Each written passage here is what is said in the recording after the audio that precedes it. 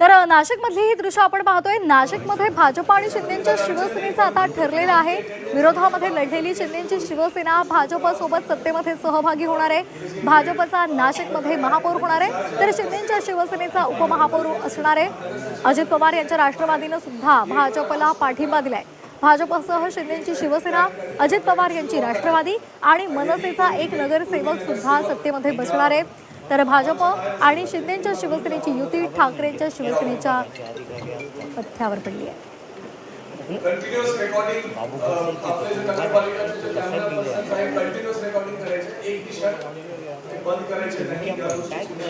तर सध्या आपण ही नाशिकमधली दृश्य पाहतोय। नाशिक महापालिकेसाठी इथ्या महापालिकेमध्ये आता महापौर पदासाठी आणि उपमहापौर पदासाठी सध्या निवडणूक सुरू आहे आणि त्याची एक्सक्लुसिव्ह दृश्य आपण पाहतोय। शिवसेना युपीटीचा विरोधी पक्ष नेता होणार आहे, भाजपचा महापौर होणार आहे आणि शिवसेनेचा उपमहापौर होणार आहे।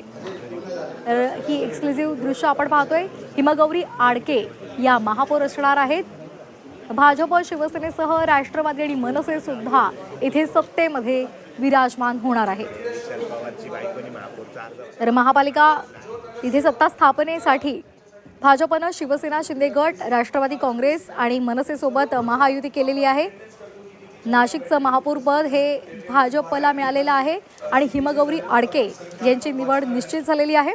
त्याचबरोबर उपमहापौर पदासाठी शिंदेच्या शिवसेनेच्या मच्छिंद्र सानप यांचं नाव समोर आलेलं आहे आणि त्यामुळे आता यासाठी सुद्धा सर्वांना उत्सुकता लागून राहिलेली आहे। मात्र विलास शिंदे हे उपमहापौर होणार आहे असं ठरलेलं आहे, अशी सध्या माहिती मिळते। सगळे नॉमिनेशन फॉर्मची स्क्रुटिनी करणार आहे, पाच त्याच्यामध्ये ठरणार आहे। नॉमिनेशनची प्री स्क्रुटिनी टिपिकली आपले मध्यंतरीच्या काळात अनेक चर्चा झाल्या होत्या, वेगवेगळी नावं समोर आलेली होती, मात्र आता या नावांवर शिक्कामोर्तब झालेलं आहे। हिमगौरी आडके या महापौर होणार आहेत, तर विलास शिंदे हे उपमहापौर होणार आहेत। नाशिकमध्ये महायुती सत्ता स्थापन करणार आहे।